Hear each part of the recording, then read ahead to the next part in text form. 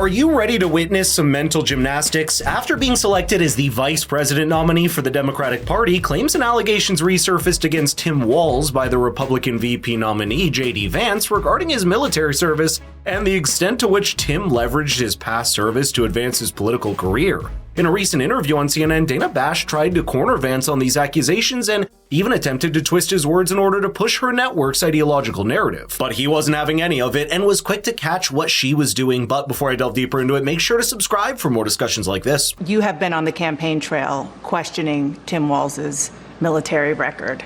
You say it was shameful that Governor Walz retired from the military before his unit deployed to Iraq. I want to read you something that Joe Eustace, who is a veteran, he served with Governor Walz, said. He said that's a lie. He said he was as good a soldier as you'll find. I'm not trying to defend him. I hope people don't think that. What I'm trying to do is defend someone who served his country. I'm not voting for him. I'll campaign against him. But I don't think it's fair to characterize his service the way they have.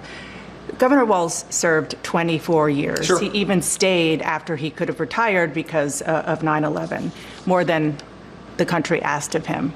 Do you honor his service?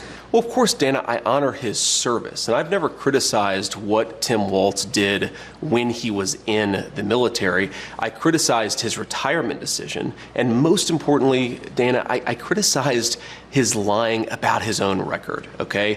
This is a guy who is captured on video saying, I carried a gun in war. He never went to war. This is a guy who's been captured on video. As other people say, he's an Afghanistan veteran. He's a veteran of a war, nodding along in agreement instead of saying, no, I did serve my country and I did it honorably, but I never went to a war zone. I'm not criticizing Tim Walz's service. I'm criticizing the fact that he lied about his service for political gain, Dana. Now, I served in the United States Marine Corps, and you know this.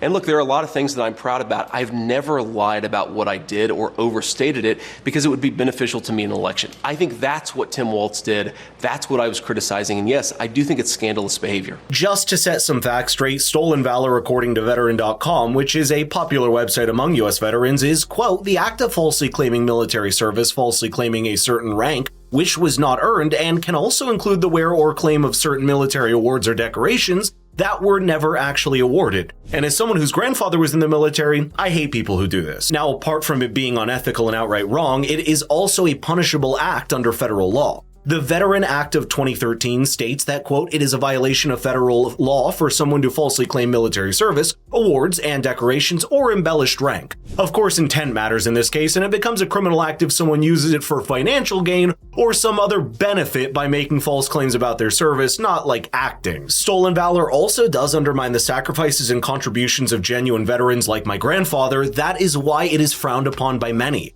Over the years, a lot of people argued that Walz used his military service as a political tool, leveraging the respect and trust that many Americans have for veterans to gain support for his candidacies. By portraying himself as an experienced military leader, Walz sought to appeal to voters who prioritize military service and national defense in their political choices. You talked about one of the things that he said, weapons of war. He was talking in a campaign stop about, he was trying to talk about gun control. Sure. And he said, weapons of war I carried in war.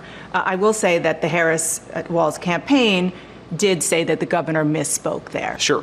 Do you accept that? He misspoke. Another word is that he lied about it, and he didn't correct the record for 15 years until he was put under political pressure because I called it out, Dana. Whatever you want to call it, a misspeaking or a lie, I think Tim Walz should have to correct the record. Now, you pointed out a soldier who defended his service. There have been a number of soldiers who served with Tim Walz who have criticized him on the exact same grounds that I have because it's not right to misstate or to embellish what you've done, and I think that's what he did. And on the question of when he left the National Guard, he filed his election paperwork February 10th, 2005. That was a month before the National Guard even announced that it was possible that they would deploy to Iraq, and it ended up being 2 months. He retired 2 months before they actually got the paperwork. But on CNN last night, Dana, one of the people who was actually in charge of him said they knew they were going to deploy to Iraq in February of 2004, fall of 2004.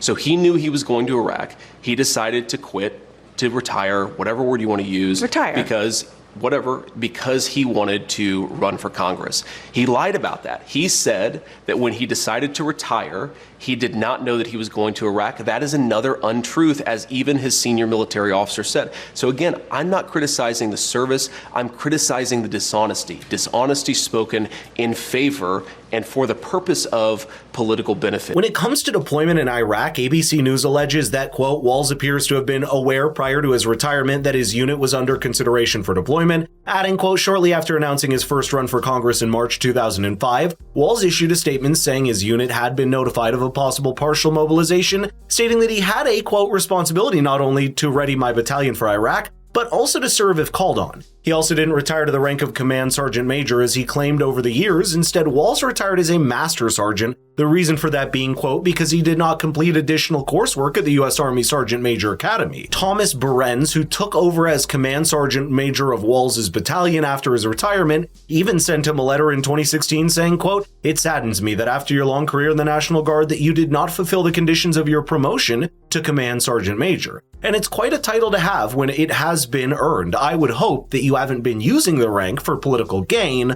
but that is how it appears. The most important thing here, Dana, is it goes to Kamala Harris's judgment. Tim Walz is ultimately going to be the vice president. Kamala Harris is in great health. I'm sure she's going to be president if she wins for 4 or maybe even 8 years. Why did Kamala Harris choose a person who has lied about their military service? I think that is a serious lapse in judgment, and I don't want to hear from a campaign spokesperson of Kamala Harris. I want to hear Kamala Harris herself address what I just said. You know, I've seen a lot of statements from veterans, including those you served with, saying it's just untoward to be criticizing somebody who served for 24 years.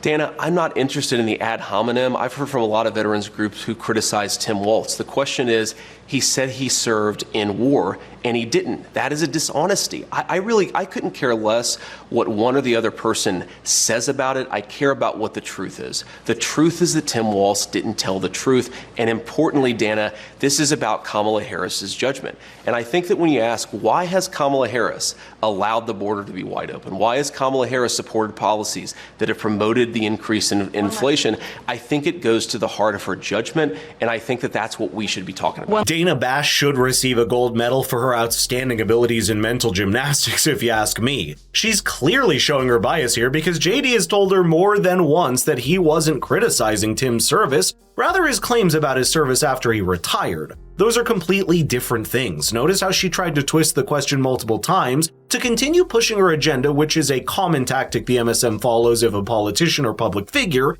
answers a question in a way that challenges the outlet's ideological stance. It's an attempt to corner JD to a binary situation where one of the answers clearly puts him in a bad light. Good thing Vance was quick to catch it and didn't allow her to distort his original message. Another great thing JD did was pointing to a notable characteristic that Kamala Harris has, which is terrible decision making, and there's a lot of examples to back that up. For instance, when she was California's Attorney General, she defended wrongful convictions, such as in the case of Daniel Larson, where she fought to keep an innocent man in prison despite clear evidence he was innocent. Her handling of the southern border crisis is another one where she's completely failed to take any effective action to address the root cause of the issue. Donald Trump didn't serve in the military. He received a medical draft deferment for bone spurs to avoid serving in the Vietnam War, reportedly as a favor to his father. Do you find that shameful too? I think that Donald Trump didn't serve in the military, but he didn't lie about it, Dana. I've known Donald Trump for a long time. He really honors our veterans. He honors me for my service.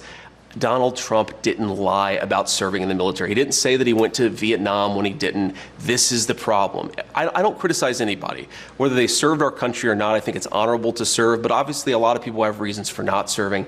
I criticize somebody for embellishing their record, for lying, saying, I went to war. Dana, do you think that it's a problem that he said, I went to war, but he didn't actually? That seems to be a problem to me. This is in no way or shape me defending Trump, but what's funny to me is that the left has always criticized him for dodging the draft during the Vietnam War, pointing to his 5 deferments, including one for alleged bone spurs. Now, they argue that this reflects poorly on his character and sense of duty. However, this criticism shows how hypocritical they are, especially when considering how they treated Bill Clinton, who also avoided the draft during the Vietnam era. I mean, Clinton received multiple deferments while studying at Oxford University, later wrote a letter detailing his attempts to avoid service in the military, and despite Clinton's actions being similar to Trump's, Democrats largely gave him a pass. This selective outrage exposes their double standard where the same actions are excused or condemned based on political affiliation rather than principle. But what are your thoughts on this? Do you think Vance is disrespecting Tim's service through these allegations? Let's get the conversation rolling in the comments down below.